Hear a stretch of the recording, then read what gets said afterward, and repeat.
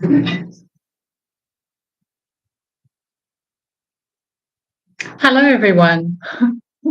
I'm back on live again today. I'm not sure if there's anyone viewing at the moment, but I wanted to come on again after the first live that I did yesterday, um, because I've had so much reaction to it. And it's sort of, I think it's touched a really, what can I say, not a sore point, but it's a bit of a triggering point for people. Just the word forgiveness.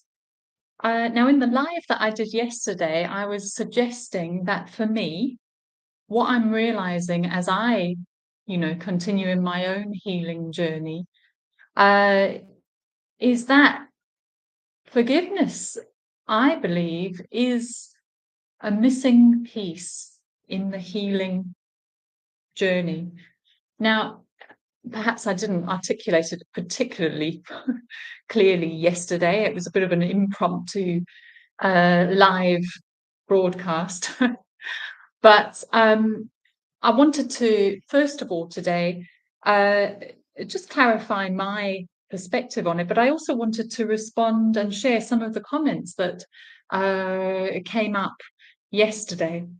And thank you, all of you, for sharing your thoughts. I think it's really important.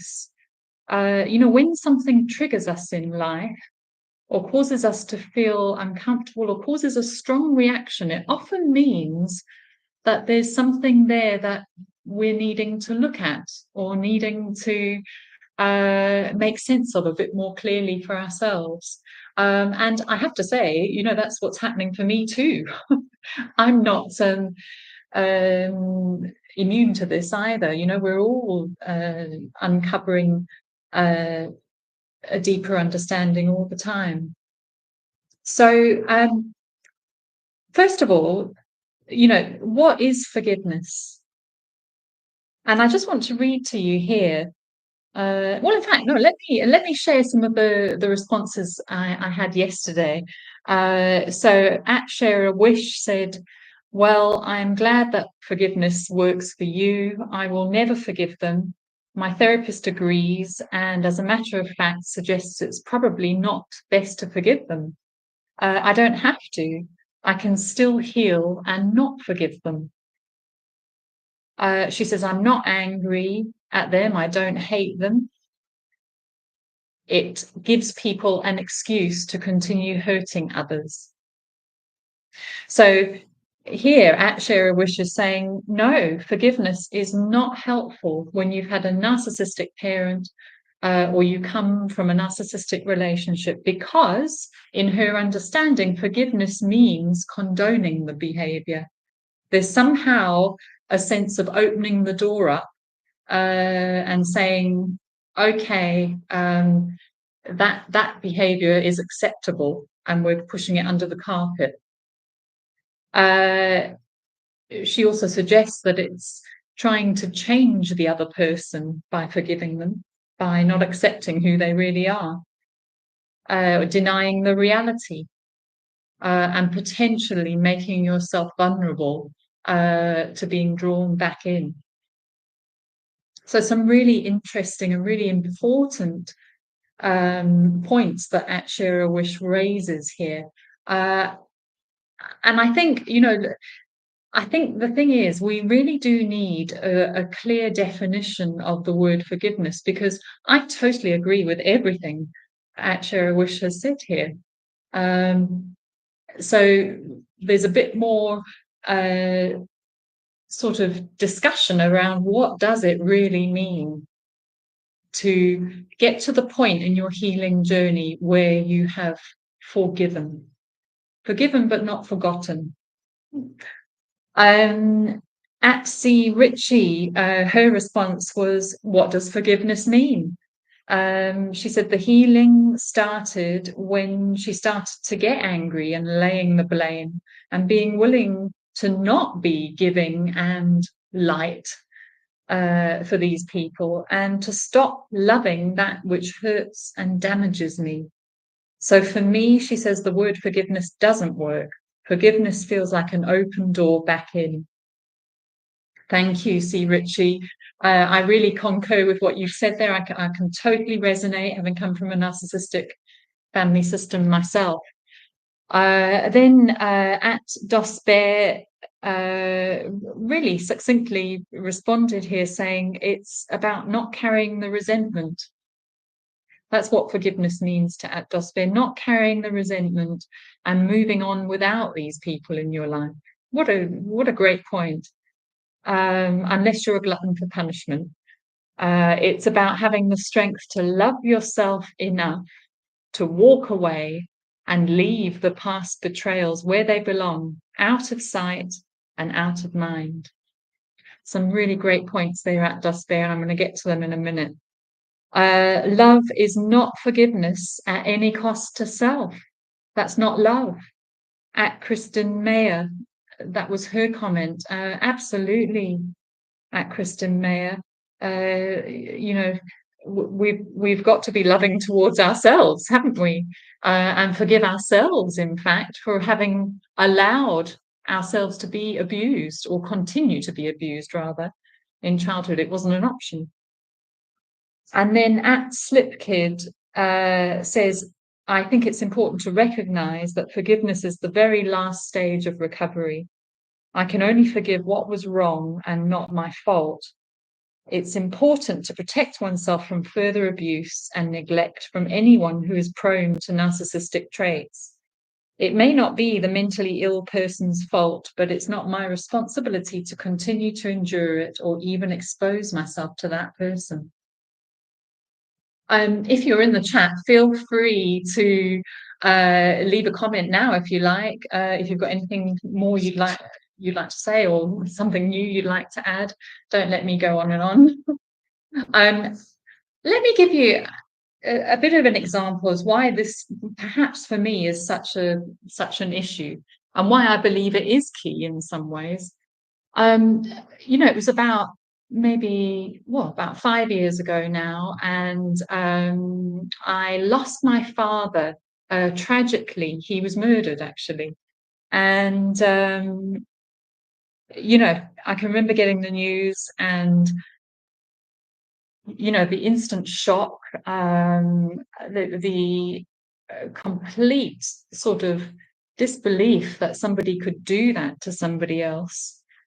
He was murdered by a gang, we think. And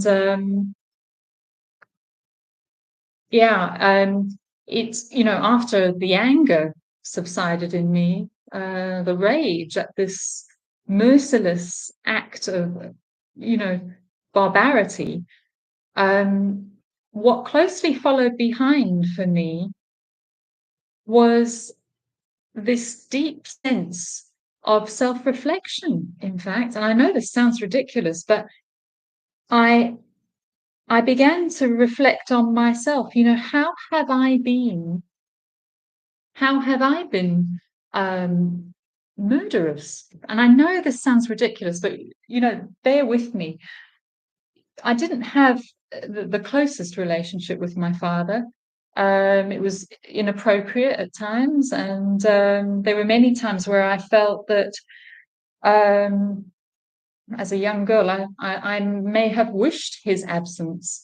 And so when this tragedy happened, I began to think to myself, well, actually, in my own way, I have been like these people that murdered my father. These are strong words. And I'm not sure whether I should be sharing this or not, but it felt appropriate to me. And I remember a phrase I heard once, apparently it's a Japanese saying, that forgiveness means two men who have the same face. So they had different faces at one point, but then they had the same face when forgiveness came in. So the man was able to see himself in the other. And I guess, with this tragedy in my life and the background that I've come from in my own family, I'm able to look at it at this stage in my healing with forgiveness. Look, this is not something that happens randomly. We all come from the multi-generational system of abuses, of wounds, of unhealed traumas, of resentment and anger, and all of these things that I would suggest are not of life, not life-giving. And in that sense, I can have compassion, even on those that committed that act with my father. I can. And following from that sense of compassion that I had eventually, there was a deep drive in me to do something good as a result. Where there has been great tragedy, great darkness, great trauma, it is the grounds, it can be the grounds for something of great good. We can choose to continue the pattern, or we can break out of it and make something wonderful as a result of it. Make lemonade out of the lemons philosophy. And that has been my pathway to this place of forgiveness that I really am at now. In fact, I am grateful to have this opportunity to make good of this for all the generations that have gone before me. And I don't know where that's sitting with you. You might not resonate with it, but I want to say to you, look, forgiveness does not mean condoning the behavior. Forgiveness does not mean allowing yourself to be repeatedly abused and used and all the rest of it. It does not mean that. It means coming out of denial, actually seeing the reality, being able to self-reflect, and I may say seeing yourself in the other, or the potential of the other in you to do great harm in life or to do great good. And this is what I believe will set you free, because when you do get to that point where you can see how you can bring lemonade to the world out of the traumas, that's where life really takes off, when you discover that purpose, because I believe that is each one of our purposes, to learn how to grow and in love, to receive and give it, to find forgiveness. And whether that's the right word or not, I'm still not 100% sure. So please let me know if you have any other ideas on this. But then also to transform the wounds of childhood into something wonderful for yourself and for the world. Well, for me, that is forgiveness in action. And it doesn't mean I have to feel forgiveness. It doesn't mean I have to, tell the other person. It's not about them, actually. It's about me, in some senses, forgiving myself for how this person impacted me, and how it played out in my life. Maybe addictions, maybe I, wasn't a perfect person. Um, Forgiving myself, and then taking hold of life with both hands, not staying in resentment and blame and all that. There is a time for that, for sure, in the healing journey. We all have to go through it. We all have to let out the anger. And actually, we still do need to. And that's what I do with clients. That's what I do. I'm still processing anger from the past. I'm still reviewing it.